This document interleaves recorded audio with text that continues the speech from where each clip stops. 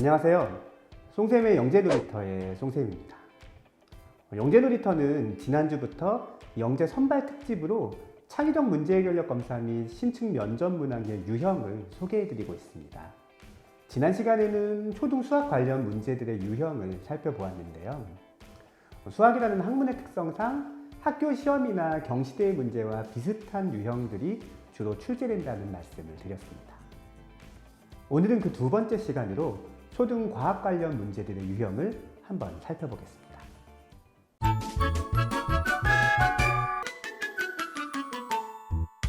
계산을 통해 하나의 정답으로 수렴하는 수학과 달리 과학은 자연현상을 다루기 때문에 특정 현상에 대한 인과관계를 묻는 형태의 문항이 주를 이룹니다. 물론 이러한 인과관계는 한 가지만 성립하는 경우도 있고 다양한 인과관계가 가능한 경우도 있기 때문에 문제 또한 수학처럼 하나의 정답만 요구하는 경우와 여러 가지의 정답을 요구하는 두 형태가 모두 가능하네요. 다만 하나의 정답만 요구하는 문항의 빈도가 수학보다는 낮다고 할 수 있겠습니다. 과학에서 하나의 정답을 요구하는 문항은 주로 실험의 준비물이나 진행 과정을 보여주고 이후의 결과를 예측하는 형태의 문제입니다. 예를 들면 이러한 문제이지요.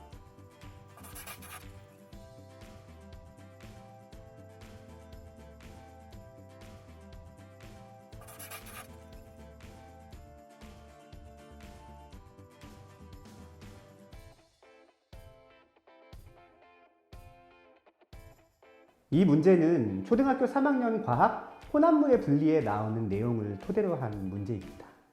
혼합물 속 각각의 물질에 대한 성질을 분석하여 각 단계마다 적합한 분리도구와 방법을 찾는 문제이지요. 총 3번의 분리 과정을 거치게 되는데요.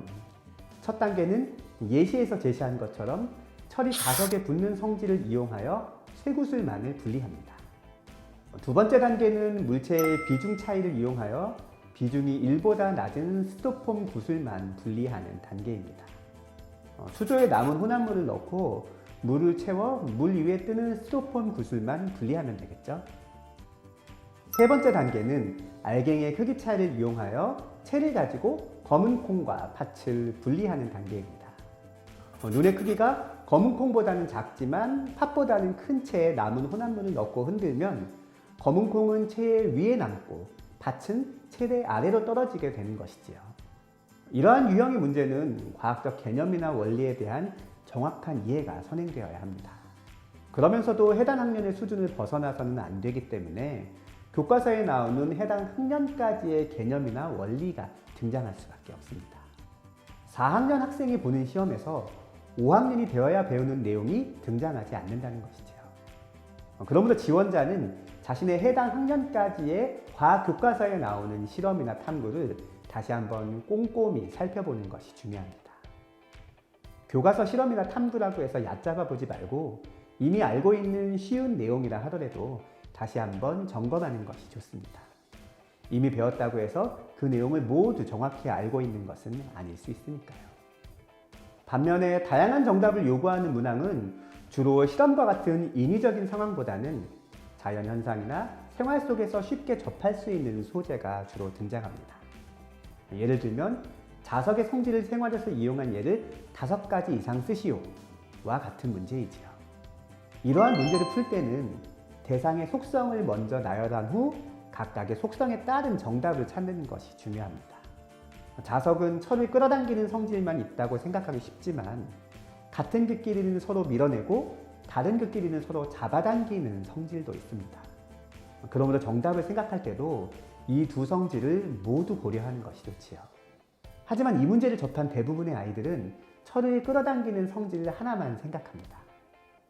자석 필통, 냉장고 자석, 자석 단추와 같은 예시는 잘 떠올리면서 자기부상 열차나 공중에 떠있는 자석 장난감과 같은 예시는 잘 떠오르지 못하는 것이지요.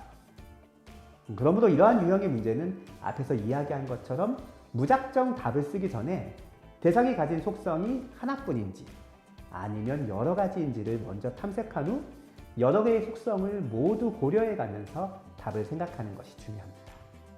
과학 영역에서 많이 등장하는 또 다른 유형은 둘 이상을 비교하여 그 공통점과 차이점을 기술하는 유형입니다. 예를 들면 이러한 문제이지요.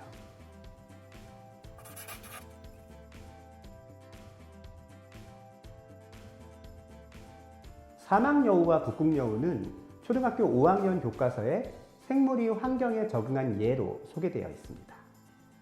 사진에서 보이는 둘의 차이점은 귀의 크기와 털의 길이라고 할 수 있는데요. 더운 사막에서 큰 귀는 체온을 발산하는 역할을, 짧은 털은 결과적으로 체온이 덜 상승하도록 하는 역할을 합니다. 반면에 추운 북극에서의 긴 털은 체온을 상승시키는 역할을, 작은 귀는 결과적으로 체온의 발산을 늦추는 역할을 합니다. 사막과 극지방이라는 특수한 상황에 적응하기 위한 변화라고 할 수 있지요. 이런 유형의 문제는 문제 자체에 많은 힌트가 들어있기 때문에 문제에 제시되어 있는 정보를 잘 찾는 것이 무엇보다 중요합니다.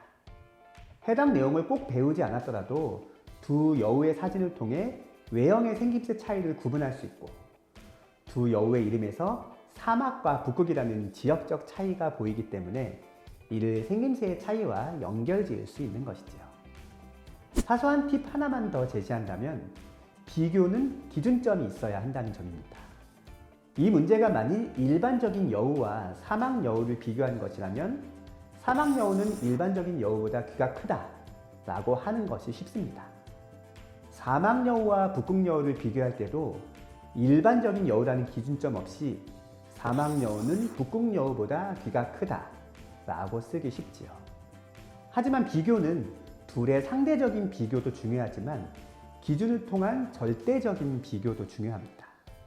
일반적인 여우의 귀가 크다면 사막 여우의 귀가 큰 것이 사막 여우만의 특징은 아닐 수도 있기 때문이지요. 그러므로 이 문제의 답을 쓸 때 사막 여우는 일반적인 여우보다 귀가 크지만 북극 여우는 일반적인 여우보다 귀가 작다 라고 기술하는 것이 기준을 정해 비교한다는 측면에서 좀 더 객관적인 비교라 할 수 있겠습니다. 과학문항에서 자주 등장하는 또 다른 유형은 최신 과학기술을 소재로 한 문항입니다.